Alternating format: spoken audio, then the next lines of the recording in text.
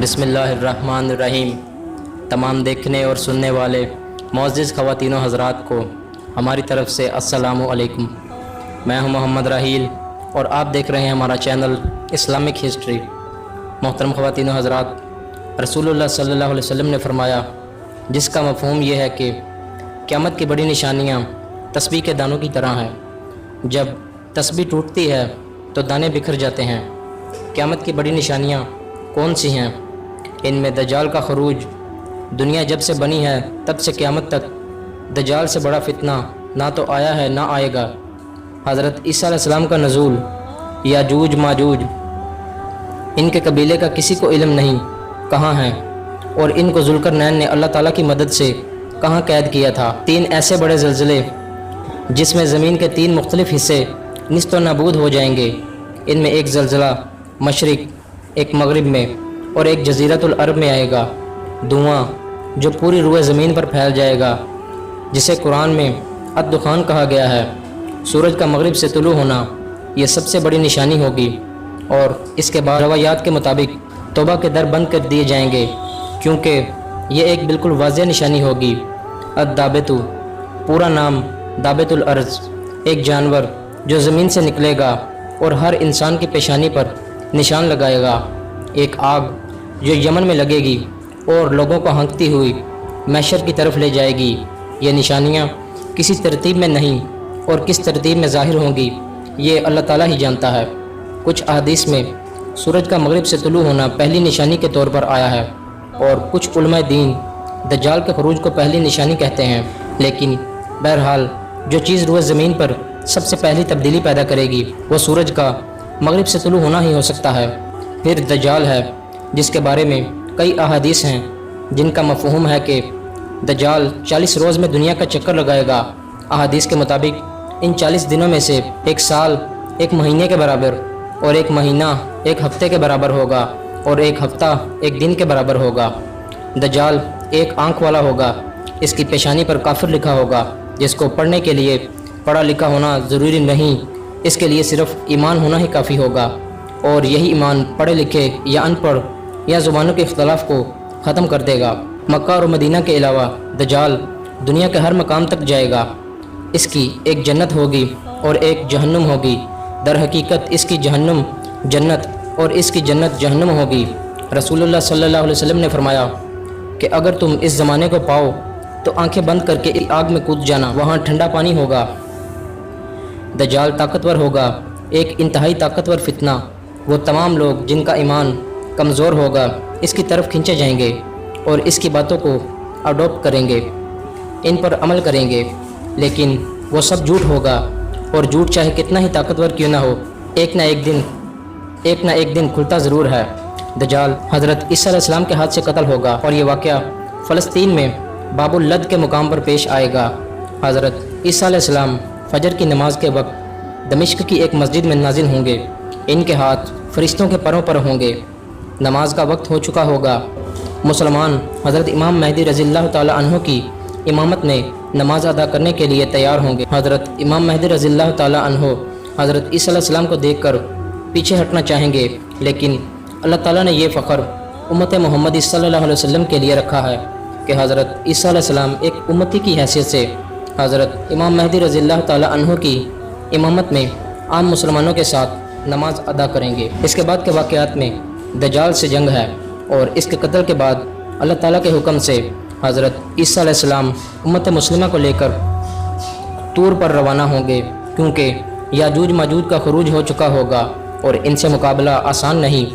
وہ تعداد میں اتنے ہوں گے کہ ہر سمت سے حملہ آور ہوں گے، زمین کا سارا پانی پی جائیں گے، لوگ ان سے بھاگیں گے، اور پھر جب وہ سمجھیں گے کہ انہوں نے تمام انسانوں کو قتل کر دیا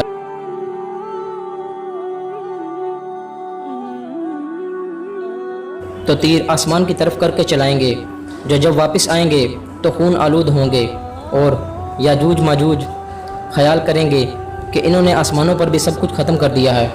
پھر وہ مسلمانوں کا محاصرہ کریں گے، اور وہ محاصرہ بہت سخت ہوگا۔ حضرت عیسیٰ علیہ السلام اور مسلمان اللہ پاک سے دعا کریں گے، اور اللہ تعالیٰ دعا قبول فرما کر یاجوج ماجوج پر عذاب بھیجیں گے، جو کہ کیڑوں کی شکل میں ہے۔ ان کے جسموں میں داخل ہوگا اور ان کو مار دے گا۔ حضرت عیسیٰ علیہ السلام اور مسلمان باہر آئیں گے، لیکن روئے زمین پر کوئی ایسی جگہ نہیں ہوگی جہاں یاجوج ماجوج کی لاشیں موجود نہ ہوں۔ وہ تعداد میں اتنے کثیر ہوں گے کہ ساری زمین ان کی لاشوں سے پر ہوگی۔ حضرت عیسیٰ علیہ السلام دوبارہ اللہ تعالیٰ سے دعا فرمائیں گے اور اس بار اللہ پاک بارش بھیج کر پوری زمین کو صاف فرما دیں گے۔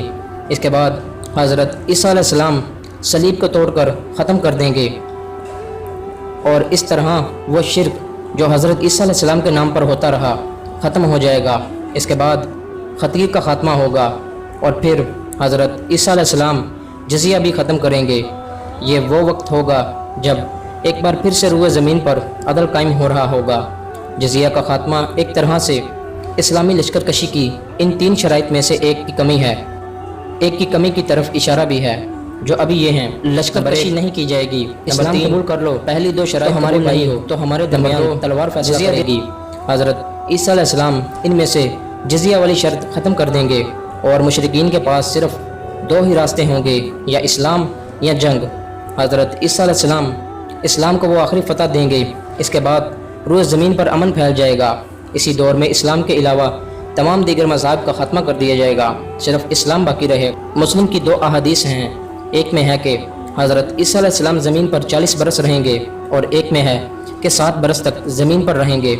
علماء کرام کہتے ہیں کہ 40 برس حضرت عیسیٰ علیہ السلام کی زمین پر مکمل زندگی کا وقت ہے، جس میں سے 33 برس وہ گزار چکے ہیں، اور باقی 7 برس قیامت سے قبل گزاریں گے۔ اس کے بعد ان کی وفات ہوگی اور مسلمان ان کی نماز جنازہ پڑھیں گے۔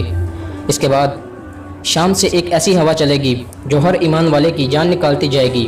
کسی کے دل میں ایک ذرہ برابر بھی ایمان ہوگا تو اس کی موت ہو جائے گی۔ اس کے بعد مشرکین اور کافرین باقی ہوں گے، اور قیامت انہی پر قائم ہوگی۔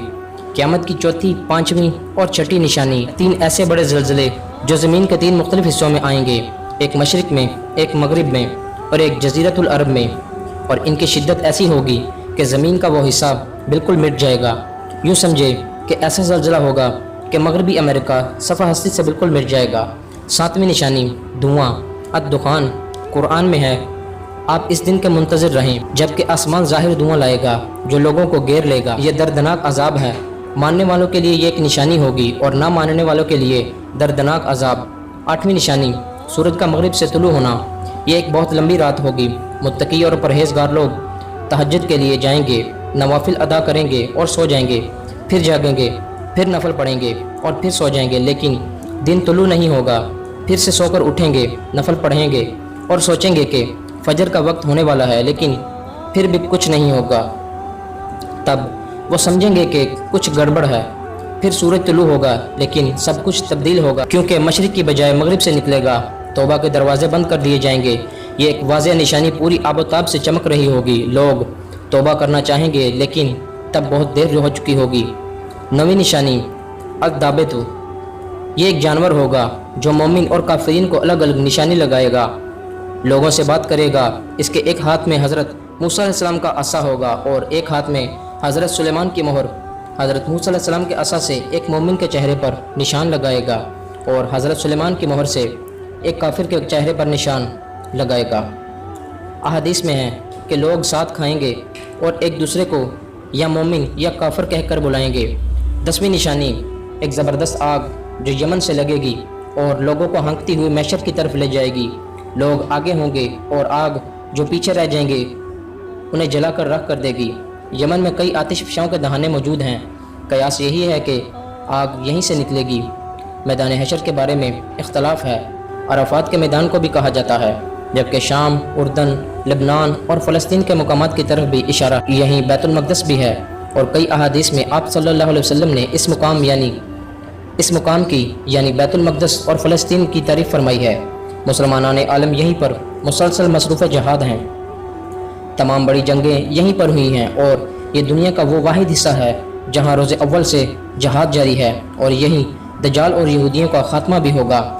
محترم خواتین و حضرات، یہ تھی آج کی ویڈیو اچھی لگی ہو تو ویڈیو کو لائک اور شیئر کرنا مت بھولیے گا، اور ہمارے چینل کو سبسکرائب کر دیجیے گا۔ ملتے ہیں ایک نئی ویڈیو کے ساتھ، تب تک کے لیے اللہ حافظ۔